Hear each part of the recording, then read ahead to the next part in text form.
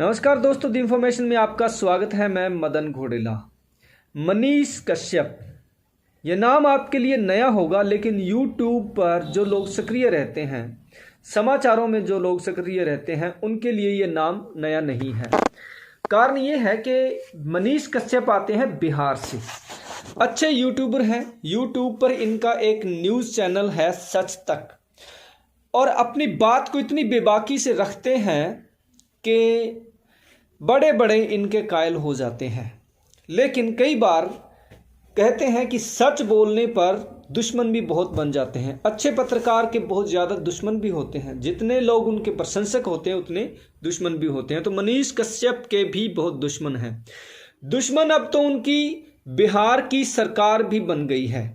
जब से नीतीश कुमार लालू प्रसाद यादव की पार्टी आरजेडी के साथ मिलकर के सरकार बनी है, तब से मनीष कश्यप के पीछे सरकार हाथ धो करके पड़ी है। कारण ये है कि मनीष कश्यप अपनी रिपोर्टिंग में सरकार की बखियां उधेड़ देते हैं, क्योंकि वो बिहार के लिए अच्छा काम करते हैं। बिहारियों के लिए वो आवाज़ उठाते हैं, न सिर्फ बिहार में बल्कि दूसरी स्टेट में भी जाके। अभी तमिलनाडु का जब मसला हुआ तो उन्होंने इस बात को उठाया कि बिहार के जो मजदूर हैं वो देश में कोने कोने में जाते हैं और उन पर अत्याचार होता है।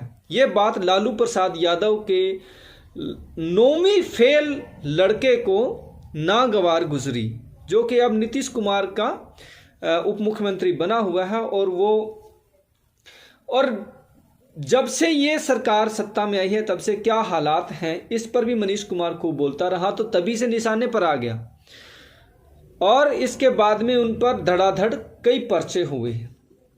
जबकि देखिए, कोई घटना होती है तो किसी न्यूज़ चैनल पर चल रही है और उस पर मैं वीडियो बनाता हूँ या कोई भी वीडियो बनाएगा तो मेरे पर पर्चा होगा या इस तरह से उन लोगों पर पर्चा हो जाएगा, लेकिन उस न्यूज़ चैनल पर पर्चा नहीं होता, उस समाचार पत्र पर पर्चा नहीं होता। यही सेम स्टोरी हुई है मनीष कश्यप के साथ। उनको चारों तरफ से घेर लिया गया। इतनी हैरानी हुई मुझे तब ये देख करके कि एक यूट्यूबर को गिरफ्तार करने के लिए कई जिलों की पुलिस बिहार के सारे काम छोड़ करके उसके पीछे पड़ गई, सरकार उसके पीछे पड़ गई। और आज मैं एक वीडियो देख रहा था, अभी उन्होंने सरेंडर कर दिया है और सरेंडर करने के लिए मजबूर किया गया उनको। एक बात। दूसरी बात यह कि उनको हाई कोर्ट से बेल नहीं मिली है, ये भी सत्य है।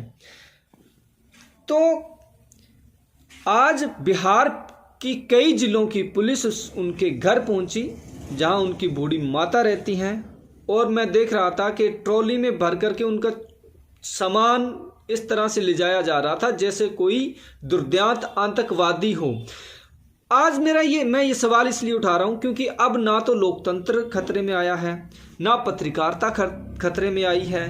कारण ये है कि उस बिहार में अब लालू प्रसाद यादव के गुंडों का राज हो गया है, लेकिन अब वहाँ कोई फ्रीडम ऑफ स्पीच के लिए नहीं बोलता है।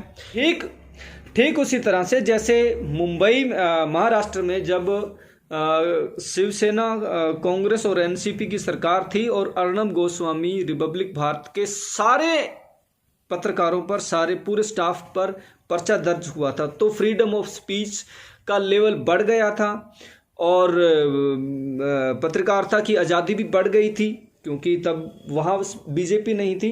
मैं बीजेपी को डिफेंड नहीं कर रहा, लेकिन ये ट्रेंड है बिहार में। मनीष कश्यप जब रिपोर्टिंग कर रहे थे बता रहे थे कि 100 के करीब यूट्यूबर पत्रकारों पर पर्चे हुए हैं लालू प्रसाद यादव की आरजेडी के सत्ता में आने के बाद में। लेकिन कोई मीडिया संस्थान इस पर रिपोर्टिंग कर रहा है क्या? नहीं कर रहा है। वहाँ पे जंगल राज लौट रहा है, लेकिन किसी को कोई तकलीफ नहीं है, किसी को कोई परेशानी नहीं है। परेशानी इनको सिर्फ तब होती है, तब थी अभी जब तक वहाँ पर नीतीश कुमार बीजेपी के साथ थे। तो मनीष कश्यप एक यूट्यूबर के पीछे पूरी सरकार लगी हुई है, उनका पूरा सिस्टम, पूरा तंत्र लगा हुआ है। मैं फोटो आपको दिखा रहा हूँ उनकी।